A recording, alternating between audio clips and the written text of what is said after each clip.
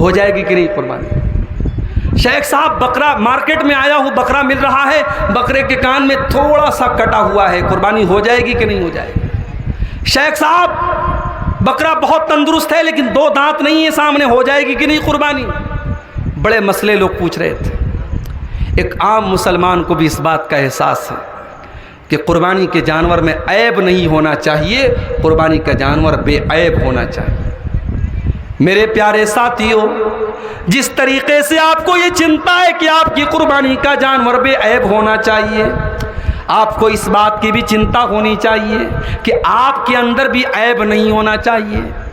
آپ کی قربانی کی سینگ ٹوٹی ہے تو آپ کو ڈر لگ رہا ہے میری قربانی قبول ہوگی کہ نہیں ہوگی۔ آپ کا کاروبار حرام کمائی کا ہے، آپ سود کا دھندا کرتے ہیں، بیاج کا دھندا کرتے ہیں، رشوت کا دھندا کرتے ہیں، حرام کمائی کھاتے ہیں، آپ کو ڈر کیوں نہیں لگتا کہ آپ کا صدقہ قبول نہیں ہوگا، آپ کی زکوٰۃ قبول نہیں ہوگی، آپ کے بچے جہنم میں چلے جائیں گے؟ میرے بھائیو، جب عیب دار جانور کی قربانی اللہ کیا قبول نہیں تو عیب دار مال کا صدقہ کہاں سے قبول ہوگا؟ اللہ کے نبی فرماتے ہیں ان اللہ طیب لا یقبل الا طیبا، اللہ تعالیٰ پاک ہے اور پاک چیز کو قبول کرتا ہے۔ اس لیے صرف جانور کے اندر فکر مت کرو، صرف جانور کی چنتا مت کرو، اپنی بھی چنتا کرو، اپنے آپ کو بھی عیب سے پاک کرو، اپنی نمازوں کی بھی چنتا کرو۔ ہماری نماز بھی عیب دار نہیں ہونی چاہیے، ہماری زکوٰۃ بھی عیب دار نہیں ہونی چاہیے۔ ابھی آپ دیکھیے ہندوستان سے ایک آدمی پیدل حج کرنے کے نام پر نکلا، بڑی پبلسٹی ہوئی کہ صاحب پیدل حج کرنے کے لیے نکلا ہے۔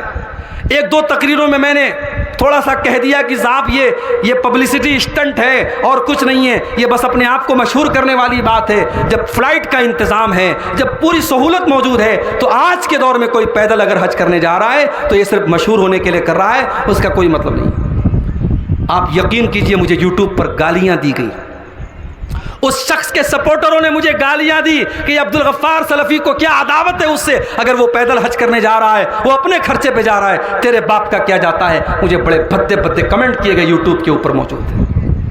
مگر آج دنیا نے دیکھا کہ جب وہ انسان مکے میں پہنچتا ہے تو قرآن بھی پڑھ رہا ہے تو ایک آدمی کیمرہ لے کے اس کی ویڈیو بنا رہا ہے، نماز بھی پڑھ رہا ہے تو سامنے کیمرہ لے کر کے ایک آدمی ریکارڈ کر رہا ہے۔ تو وہاں حج کرنے گیا ہے کہ تو بیٹھ کر کے ایک چیز کی ریکارڈنگ کروانے گیا ہے؟ اس کا مطلب یہ ہوا کہ شروع سے تیری پلاننگ یہ تھی کہ تو پبلسٹی اسٹنٹ کرنے کے لیے، ریاکاری کرنے کے لیے، دکھاوے کے لیے گیا تھا۔ دکھاوے کے لیے حج کیا جائے گا تو منہ پر مار دیا جائے گا میرے بھائی، دکھاوے کے لیے نماز پڑھی جائے منہ کے اوپر مار دی جائے گی، دکھاوے کے لیے قربانی کی جائے تو منہ کے اوپر مار دی جائے گی۔ صرف جانور کی قربانی کے جانوروں کے اندر آپ یہ مت دیکھیے کہ عیب دار ہے کہ صحیح سلامت ہے، اپنی عبادتوں کی بھی فکر کیجئے کہ ہماری عبادت بھی بالکل اخلاص والی ہونی چاہیے۔ آج برطلہ کے اندر یہ مسجد بن رہی ہے، اگر اس مسجد کی تعمیر میں اگر آپ کے جذبے کے اندر اخلاص ہے، اگر یہ نوجوان جنہوں نے آج کا یہ جلسہ کیا ہے اگر اخلاص کے ساتھ اٹھے ہیں، میرا جملہ نوٹ کر لیجئے، یہ مسجد انشاءاللہ بن کر کے رہے گی۔ اسی ہندوستان میں آج جب میں بنارس سے آتا ہوں اور جب میں لوگوں کو جا کے بتاتا ہوں کہ پاکڑ کے اندر، صاحب گنج کے اندر، برہڑوا کے اندر، اس پورے بیلٹ میں ایک طرف سے پورا علاقہ اہل حدیث کا علاقہ ہے، تو لوگوں کو بڑی حیرت ہوتی ہے کہ ایسا بھی علاقہ ہے، پورا علاقہ اہل حدیث کا علاقہ ہے۔ یہ تحریک شہیدین کی برکت ہے میرے بھائی، یہ علامہ سید احمد شہید اور شاہ اسماعیل شہید کے قافلے کے اخلاص کی برکت ہے۔ ان بزرگوں کا قافلہ ان علاقوں سے گزرا ہے، اور جہاں جہاں ان بزرگوں کا قافلہ گزرا ہے اور جہاں جہاں انہوں نے جا کر کے نصیحت کی ہے، آج وہاں چپے چپے پہ اہل حدیث موجود ہیں۔ اخلاص کے اندر بڑی برکت ہوتی ہے میرے بھائی۔ اسی بہار کی سرزمین سے ایک نوجوان لڑکا گھر سے بھاگتا ہے، اور میرا ایک مرتبہ پروگرام تھا اس علاقے میں، بہار کے اس علاقے میں، اس جگہ میں، اس گاؤں میں گیا جس کو سورج گڑھی کا گاؤں کہا جاتا ہے۔ میں اس گھر تک گیا جس کے بارے میں کہا جاتا ہے یہ سید نذیر حسین محدث دہلوی کا گھر تھا، میاں صاحب کا گھر تھا۔ میاں صاحب بچپن میں پڑھائی چھوڑ کر کے بھاگ گئے تھے گھر سے اور دلی پہنچے تھے۔ کسی نے سوچا نہیں تھا تعلیم سے بھاگنے والا اور گھر سے بھاگنے والا یہ بچہ کل اپنے دور کا سب سے بڑا محدث بنے گا۔ میاں صاحب دلی پہنچے، دلی میں حدیث کا درس ہو رہا تھا، مدرسے میں داخل ہوئے، شاہ اسحاق سے جا کر کے انہوں نے حدیث کا علم سیکھا، اس کے بعد ایک چھوٹا سا مدرسہ کھولا اور علم حدیث پڑھانے لگے۔ حدیث پڑھنا پڑھانا سید نصیر حسین محدث دہلوی میاں صاحب کا مشغلہ بن گیا، ان کا کام بن گیا۔ اللہ نے اتنی برکت دی، اتنی برکت دی کہ جس نے میاں صاحب سے پڑھ دیا ان کے جتنے شاگرد پھیل گئے پورے ہندوستان میں، پوری دنیا میں، جہاں جہاں میاں صاحب کے شاگرد گئے انہوں نے قرآن و حدیث کا بول بالا کیا، توحید و سنت کا بول بالا کیا۔ توحید میں بڑی برکت ہوتی ہے میرے بھائی، اخلاص میں بڑی برکت ہوتی ہے۔ ہزاروں سال پہلے جب حضرت ابراہیم نے خانہ کعبہ بنایا تھا، اللہ نے کہا ابراہیم کعبہ تو بن گیا، اس کعبے کا طواف کون کرے گا؟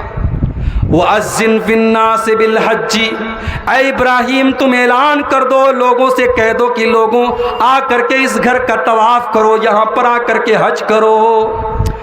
ابراہیم نے کہا اے اللہ میں اپنی کمزور سی آواز سے کس سے کہوں گا، اے اللہ کون کون میری بات کو سنے گا؟ اللہ نے فرمایا اے ابراہیم تیرا کام اعلان کرنا ہے اور لوگوں تک پہنچانا، یہ میرا کام ہے۔ وَأَذِّن فِي النَّاسِ بِالْحَجِّ يَأْتُوكَ رِجَالًا وَعَلَىٰ كُلِّ ضَامِرٍ يَأْتِينَ مِنْ كُلِّ فَجٍّ عَمِيقٍ، اے ابراہیم تو اعلان تو کر کے دیکھ، اے ابراہیم دنیا کے چپے چپے سے یہاں لوگ آ کر کے طواف کریں گے، اے ابراہیم تو سوچ بھی نہیں سکتا کہ کہاں کہاں سے لوگ اس گھر کا طواف کریں گے۔ او لوگو، ابراہیم نے کسی لاؤڈ اسپیکر سے تو اعلان نہیں کیا تھا، کسی فیس بک کے اوپر تو نہیں ڈالا تھا، کسی یوٹیوب کے چینل پہ تو نہیں ڈالا تھا، ابراہیم نے اپنی کمزور سی آواز سے اعلان کیا تھا او لوگو یہ اللہ کا گھر بنا دیا ہے، آ جاؤ حج کر لو، آ جاؤ اس گھر کا طواف کر لو۔ اے اللہ تو نے ابراہیم کی آواز میں کتنی برکت رکھی تھی، آج ہزاروں سال گزر گئے، آج جھارکھنڈ کے اندر بڑتلہ کے اس گاؤں کا مسلمان بھی سوچتا ہے میرے پاس 5 لاکھ روپیہ آ جائیں تو میں بھی چل کے حج کر کے آ جاؤں۔ ایک غریب مسلمان بھی سوچتا ہے میرے پاس اتنی دولت آ جائے میں چل کے اللہ کے گھر کا حج کر لوں۔ یہ ابراہیم کے اخلاص کی برکت تھی، یہ ابراہیم کے اخلاص کی برکت تھی کہ آج سعودی عرب سے ہزاروں کلومیٹر دور ہندوستان کے گاؤں دیہات میں بیٹھا ایک عام مسلمان اس کا دل بھی تڑپتا ہے کہ اللہ مجھے بھی زندگی میں ایک بار حج کرنے کی توفیق نصیب فرما۔ میرے بھائیوں قربانی ہمیں یہ سبق دیتی ہے اپنی عبادت کے اندر اخلاص پیدا کرو، ریاکاری سے اپنے آپ کو بچاؤ، دکھاوے سے اپنے آپ کو بچاؤ، اپنی ہر عبادت کے اندر اخلاص پیدا کرو۔ او میری پیاری ماں بہنوں، آپ سے بھی کچھ کہنا ہے۔ آج حالات بہت برے ہو چکے ہیں، آج ہماری قوم کی لڑکیاں کیا کیا کر رہی ہیں، آج ہماری قوم کی بیٹیاں کیا کیا کر رہی ہیں، آج پردے کا جنازہ نکل رہا ہے، آج شرم و حیا کا جنازہ نکل رہا ہے۔ او میری پیاری ماں بہنوں، جب ہم ابراہیم کو یاد کرتے ہیں، جب اسماعیل کو یاد کرتے ہیں تو ہم ان کی بیوی حضرت ہاجرہ کو کیسے بھول سکتے ہیں، اسماعیل کی ماں کو کیسے بھول سکتے ہیں۔ جب اسماعیل دودھ پیتے بچے تھے اور ابراہیم اپنے دودھ پیتے بچے کو چھوڑ کر کے مکہ میں جانے لگے، بیوی نے کہا، ہاجرہ نے کہا اے میرے سرتاج الا من تترکنا، کس کے حوالے کر کے جا رہے ہیں، کس کے سہارے کر کے جا رہے ہیں، اے میرے سرتاج دور دور تک کوئی انسان نظر نہیں آتا، یہ تھوڑا سا پانی ہے، یہ چند کھجوریں ہیں، اے میرے سرتاج کون ہماری مدد کرے گا، کون ہمیں پانی پلائے گا؟ ابراہیم نے کوئی جواب نہیں دیا، ابراہیم نے کوئی جواب نہیں دیا۔ حضرت ہاجرہ نے کہا اللہ امرک بہذا، اے میرے سرتاج کیا یہ اللہ کا حکم ہے؟ کہا ہے میری بیوی یہ اللہ کا حکم ہے۔ او میری پیاری ماں بہنوں، ہاجرہ کا ایمان تو دیکھو، ہاجرہ کا بھروسہ تو دیکھو، کہتی ہیں اذن لا یضیعن اللہ ابدا، اے میرے سرتاج اگر یہ اللہ کا حکم ہے تو آپ چلے جائیے، اللہ ہمیں برباد نہیں کرے گا، اللہ ہمیں ضائع نہیں کرے گا، اگر اللہ کا حکم ہے تو اللہ ضرور کوئی نہ کوئی انتظام کرے گا۔ ابراہیم چلے گئے، ابراہیم چلے گئے، تھوڑی سی کھجور تھی، تھوڑا سا پانی تھا، کھجور ختم، پانی ختم۔ اسماعیل چلانے لگے، چیخنے لگے، ماں کا کلیجہ، بچے کی چلاہٹ کی آواز سن کر کے ماں کا کلیجہ تڑپ اٹھا۔ ہاجرہ دوڑی دوڑی صفا کی پہاڑی پہ چڑھی، سر کے اوپر ہاتھ رکھا, دور تک نظر دوڑائی, کوئی اللہ کا بندہ نظر آ جائے, میرے لال کی پیاس بجھ جائے, میرے بچے کو پانی مل جائے, مگر وہاں نہ کوئی انسان تھا نہ کوئی پانی کا قطرہ تھا. صفا سے نیچے اتری, جب زمین پر پہنچی دوڑی دوڑی مروہ تک پہنچی, پھر مروہ کی پہاڑی پہ چڑھی, پھر دور تک نظر دوڑایا شاید کوئی انسان نظر آ جائے, میرے بچے کی پیاس کا انتظام ہو جائے, مگر کوئی انسان نظر نہیں آیا. ہم اور آپ ہوتے ایک بار صفا پہ چڑھ کے دیکھ لیا, ایک بار مروہ پہ چڑھ کے دیکھ لیا, بات ختم ہو گئی. مگر ماں کا کلیجہ جب ماں اپنے بچے کے لیے بے چین ہو جاتی ہے تو ماں بہت سا ایسا کام کرتی ہے جس کا کوئی مطلب نہیں ہوتا.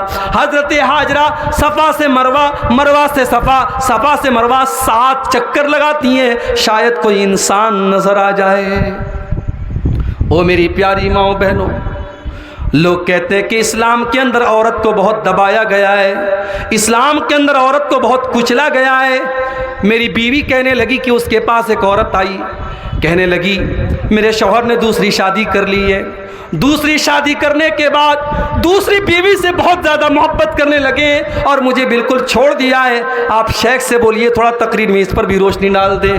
ہو لوگو, یا تو تم دوسری شادی مت کرو, نہیں نبھا سکتے, اگر عدل و انصاف نہیں کر سکتے تو دوسری شادی مت کرو, ایک ہی کا حق ادا کرو, اور اگر تم دوسری کرتے ہو تو دونوں کے ساتھ انصاف کرو, ورنہ تم قیامت کے دن بہت برا انجام بھگتنے کے لیے تیار ہو جاؤ. اللہ کے نبی فرماتے ہیں جس کی 2 بیویاں ہوں اور ایک بیوی کے ساتھ وہ انصاف نہ کرتا ہو, ایک بیوی کی طرف وہ جھک جاتا ہو اور دوسری بیوی کے ساتھ وہ ٹائم نہ دیتا ہو, تو قیامت کے دن وہ اس حال میں آئے گا, اس کا ایک طرف کا چہرہ بالکل جھکا ہوا ہوگا, اس کا چہرہ دیکھ کر کے لوگ سمجھ جائیں گے یہ بیویوں کے ساتھ نا انصافی کرنے والا یہ بدصورت انسان ہے جس نے اپنی بیوی کے ساتھ نا انصافی کی تھی. اللہ کے نبی کی 9 بیویاں تھیں, اکٹھے 9 بیویاں رہتی تھیں, اور اللہ کے نبی انصاف کرتے تھے. آپ نے سب کی باری مقرر کی تھی, سب کے پاس برابر برابر ٹائم دیتے تھے. سفر میں جاتے تھے تو باقاعدہ قرآن اندازی کرتے تھے, اور جس بیوی کا نام آتا تھا اسی بیوی کو لے کے جاتے تھے. کوئی کھانے کی چیز آتی تھی سب میں بٹواتے تھے. اتنا انصاف کرنے کے بعد بھی اللہ کے نبی اللہ سے دعا کیا کرتے تھے, اے اللہ جتنا میرے بس میں ہے اتنا تو میں نے انصاف کے ساتھ بٹوارا کر دیا, باقی دل کی محبت کا معاملہ اے اللہ میرے کنٹرول میں نہیں ہے, تو اے اللہ تو اس پر میری پکڑ مت کرنا. میرے بھائیوں, اپنے نبی سے سیکھو, اس لیے جن کی 1 سے زیادہ بیویاں ہیں وہ انصاف کے ساتھ کام کریں.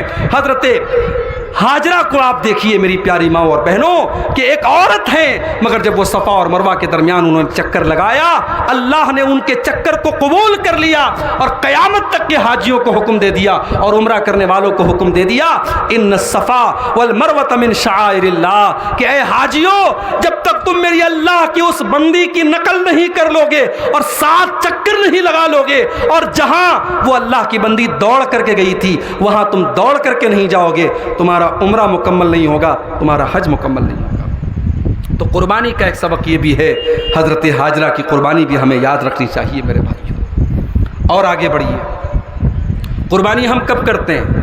عید کی نماز کے بعد کرتے ہیں. بولو بھائی, برطلہ میں کوئی پہلے تو نہیں کرتا ہے نا, کوئی کرتا ہو تو ذرا ہاتھ اٹھائے. ہم ہمیشہ قربانی عید الاضحیٰ کی نماز کے بعد کرتے ہیں.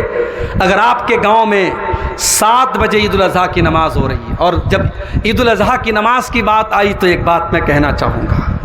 مجھے آج لوگوں نے بتایا کہ اس پورے علاقے میں بہت کم جگہوں پر ایسا ہے کہ عید کی نماز میں, چاہے وہ عید الفطر کی نماز ہو چاہے وہ عید الاضحیٰ کی نماز ہو, عید کی نماز میں عورتوں کا انتظام نہیں ہوتا ہے. بولو بھائی, صحیح کہہ رہا ہوں کہ غلط کہہ رہا ہوں؟ بولو بھائی, نہیں ہوتا ہے انتظام. کیوں نہیں ہوتا بھائی؟ اہل حدیثوں کا گاؤں ہے, قرآن و حدیث پر چلنے والوں کا گاؤں ہے, اور عورتوں کا انتظام عیدین کی نماز میں نہیں ہے. میں پوچھتا ہوں کیوں نہیں ہے؟ اگر آپ یہ کہتے ہیں ہمارے باپ دادا کے زمانے سے نہیں ہو رہا ہے, تو پھر تو بہت سارے لوگ قبروں پر جا کر کے سجدہ کرتے, ان کی بھی دلیل ہے کہ ہمارے باپ دادا یہی کرتے چلے آئے. کتنے لوگ محرم میں تعزیہ اٹھاتے, ان کی دلیل بھی ہے کہ ہمارے باپ دادا یہی کرتے چلے آئے. میرے بھائی, نبی اکرم کا بڑا صاف حکم ہے. آپ نے کہا کہ اپنی عورتوں کو عیدگاہ لے کے جاؤ, کنواری لڑکیوں کو لے کے جاؤ, شادی شدہ کو لے کے جاؤ. یہاں تک آپ نے فرمایا اگر کسی عورت کے پاس نقاب نہیں ہے، سر کو ڈھانپنے کے لیے، چہرے کو ڈھانپنے کے لیے چادر نہیں ہے، اپنی پڑوسن سے، اپنی سہیلی سے چادر لے لے مگر جائے۔ یہاں تک آپ نے فرمایا اگر عورت ناپاکی کے عالم میں ہے، پیریڈ میں چل رہی ہے، نماز معاف ہے اس کے اوپر، اس پیریڈ میں بھی عورت جائے، عیدگاہ کے اندر جائے، نماز سے الگ رہے مگر امام کی دعا میں شامل رہے۔ کتنی بڑی بد نصیبی کی بات ہے کہ اتنی اہم سنت کو ہم نے چھوڑ دیا میرے بھائی۔ بلکہ اکثر علماء کا کہنا ہے کہ عید کی نماز فرض ہے، واجب ہے۔ اگر عید کی نماز واجب ہم مانتے ہیں تو مردوں پر بھی واجب ہے، عورتوں پر بھی واجب ہے۔ آپ نے اپنی عورتوں کو ایک فرض سے آپ نے دور کر کے رکھا ہے، اللہ کے یہاں اس کا حساب دینے کو تیار رہیے گا۔ میں امید کرتا ہوں کہ آئندہ جب میں برطلہ میں آؤں مجھے یہاں بتایا جائے کہ الحمدللہ ہمارے گاؤں میں عورتوں کا انتظام ہوا تھا، اور کوئی یہ نہ کہے کہ مولوی صاحب بہت بڑا مجمع ہوتا ہے، ہمارے پاس انتظام نہیں ہے۔ اللہ نے بہت نوازا ہے، آپ عورتوں کے لیے پردے کا انتظام کر سکتے ہیں، ان کے لیے الگ ٹینٹ کا انتظام کر سکتے ہیں، سب کچھ کر سکتے ہیں اگر آپ کرنا چاہیں گے۔ اور بزرگوں سے کہوں گا اگر نوجوان کل اٹھیں گے عید کی نماز کے لیے کہ ہم عورتوں کا انتظام کریں گے، اللہ کو گواہ بنا کے کہتا ہوں اپنے بزرگوں سے، آپ اڑنگا مت ڈالیے گا، آپ رکاوٹ مت بنیے گا۔ اگر آپ رکاوٹ بنیں گے کل قیامت کے دن آپ کو حساب دینا پڑے گا۔ یہ صحیح کام ہے، یہ سنت کا کام ہے، یہ نبی کا بتایا ہوا کام ہے۔ ایک مردہ سنت کو زندہ کیجئے میرے بھائیوں، اس کا ثواب آپ کو ملے گا۔ عید کی نماز آپ پڑھتے ہیں، اپنی عورتوں کو بھی پڑھائیے۔ قربانی جب آپ کرتے ہیں عید الاضحیٰ کی نماز کے بعد کرتے ہیں۔ میں کہتا ہوں آپ 10,000 کا بکرا لاتے ہیں، آپ اس کی ڈبل قیمت کا بکرا لے آئیے، لیکن آپ نماز کے پہلے ذبح کر دیجئے، طریقہ بھی سیم ہو، چھری بھی سیم ہو، بسم اللہ اللہ اکبر پڑھ کے ذبح کیجئے، مگر آپ کی قربانی نہیں ہوگی، آپ کو قربانی کا ثواب نہیں ملے گا۔ کیوں بھائی؟ اس لیے کہ اللہ کے نبی فرماتے ہیں من ذبح قبل الصلاۃ، جس نے نماز کے پہلے قربانی کی، جس نے نماز کے پہلے قربانی کی اس کو گوشت تو ملے گا لیکن قربانی کا ثواب نہیں ملے گا۔ ومن ذبح بعد الصلاۃ، اور جس نے عید کی نماز کے بعد قربانی کیا فقط تم نسکہ، اس کو قربانی کا ثواب ملے گا۔ پتہ یہ چلا کہ دین نبی کی سنت پر چلنے کا نام ہے، دین اپنی مرضی کا نام نہیں ہے، دین اپنی خواہش کا نام نہیں ہے، دین اللہ اور اس کے رسول کی خواہش پر چلنے کا نام ہے۔ روزہ رکھنا بہت اچھا کام ہے، روزہ رکھنا بہت اچھی عبادت ہے، مگر عید کے دن نبی نے فرمایا روزہ نہیں رکھنا ہے، بقرعید کے دن نبی نے فرمایا روزہ نہیں رکھنا ہے، بقرعید کے بعد 3 دن روزہ رکھنا حرام ہے۔ میرے بھائی روزہ رکھنا بہت اچھا کام ہے، مگر جب نبی نے کہہ دیا کہ یہاں روزہ نہیں رکھنا ہے تو وہاں روزہ نہ رکھنا ضروری ہے اور روزہ رکھنا حرام ہے۔ عید کا تہوار آیا، نبی نے حکم دیا کہ عید کی نماز کے پہلے صدقہ فطر ادا کر دو، اپنے پریوار کے ہر ممبر کی طرف سے 2.5 کلو اناج دے دو۔ آپ نے 2.5 کلو کے بجائے 10 کلو اناج دیا، مگر عید کی نماز کے بعد دیا۔ اللہ کے نبی فرماتے ہیں آپ کو صدقہ فطر کا ثواب نہیں ملے گا، آپ کو عام صدقہ کا ثواب ملے گا لیکن صدقہ فطر کا ثواب نہیں ملے گا۔ پتہ یہ چلا میرے بھائیوں، دین نبی کی سنت پر چلنے کا نام ہے، دین اتباع سنت کا نام ہے۔ قربانی ہم کو یہ سبق بھی سکھا رہی ہے کہ جو بھی کام کرو اللہ اور اس کے رسول کی سنت کے مطابق کرو۔ اب ایک آخری چیز بیان کر کے بات ختم کر رہا ہوں۔ قربانی آپ نے کی، گوشت آپ نے کھایا، غریبوں کو بھی کھلایا، پڑوسیوں کو بھی کھلایا، رشتہ داروں کو بھی کھلایا۔ میں کہتا ہوں اگر میں 10,000 کا بکرا لایا اور سارا بکرا میں خود کھا گیا تو کیا یہ صحیح ہوگا؟ صحیح نہیں ہوگا۔ اس لیے کہ جب قربانی کا اللہ حکم دیتا ہے تو فرماتا ہے فَكُلُوا مِنْهَا وَأَطْعِمُوا الْبَائِسَ الْفَقِيرَ، اے مسلمانوں قربانی کا گوشت خود بھی کھاؤ، غریبوں کو کھلاؤ، محتاجوں کو کھلاؤ۔ ہم شوق سے بکرے کا گوشت کھائیں، ہمارے گاؤں کا غریب آدمی اس کے بچے بھوک سے تڑپے، اس کے گھر میں چولہا بھی نہ جلے، اس کے گھر میں گوشت کی ایک بوٹی بھی نہ پہنچے۔ میرے بھائی یہ اسلام کی تعلیم نہیں ہے، یہ اسلام کی تعلیم نہیں ہے. قربانی کا تہوار ہمیں سکھاتا ہے اپنی خوشی میں دوسروں کو شامل کرو, اپنی خوشی میں دوسروں کو شریک کرو. جب ہم گوشت کھا رہے, جب ہمارے گھر میں بہترین کھانا بن رہا ہے, غریبوں کے گھر میں بھی بہترین کھانا بننا چاہیے. اسی لیے ہم قربانی کا گوشت دوسروں کو بھی بانٹتے ہیں. اس سے سبق ملا کہ اپنے لیے جیے تو کیا جیے, جینا تو وہ اچھا ہے جب سماج کو ہم کچھ دے کر کے جائیں. میرے بھائیوں, آج ہندوستان کے حالات بہت برے ہو چکے ہیں, مگر مجھے یقین ہے اگر ہم نے اپنے اخلاق سے لوگوں کا دل جیت لیا, اگر ہم لوگوں کی ضرورت بن گئے, اگر ہم لوگوں کی مدد کرنے والے بن گئے, تو اسی سماج کا ہر ورگ اور ہندوستان کا ہر شہری ہمارا سپورٹ کرے گا. آپ تعلیم میں آگے بڑھو, آپ دولت پیسہ کمانے میں آگے بڑھو, آپ ٹیکنالوجی میں آگے بڑھو, اس ملک کی ضرورت بن جاؤ. انشاءاللہ اس ملک میں کوئی آپ کو مٹانے کے بارے میں سوچ بھی نہیں سکتا. جب آپ کسی کی ضرورت بن جائیں گے تو انشاءاللہ وہ ہر حال میں آپ کو ساتھ میں لے کے چلے گا.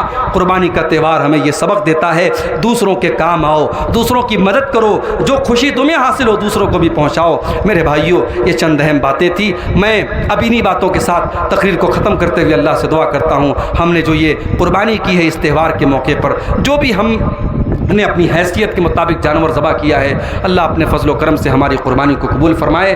رب العالمین ہماری قربانی میں کوئی کمی کوتاہی رہی ہو اس کو معاف فرما دے. جو ہم میں بیمار ہیں اللہ ان کو شفائے کامل عاجل عطا فرمائے. جو روزی روٹی سے پریشان ہیں اللہ ان کے کاروبار میں برکت نصیب فرمائے. جس مسجد کی تعمیر کے لیے آج کا یہ پروگرام منعقد ہوا ہے, اللہ اس مسجد کی تعمیر کو جلد سے جلد ہم سب کو مکمل کرنے کی توفیق عطا فرمائے. جن بھائیوں نے اس مسجد میں اپنا تعاون پیش کیا ہے اللہ ان کے تعاون کو قبول فرمائے. جنہوں نے ابھی تک اپنا تعاون پیش نہیں کیا ہے انہیں آگے بڑھ کر کے اس میں حصہ لینے کی توفیق عطا فرمائے. اللہ ہماری ماؤں بہنوں کی بھی اصلاح فرمائے. اللہ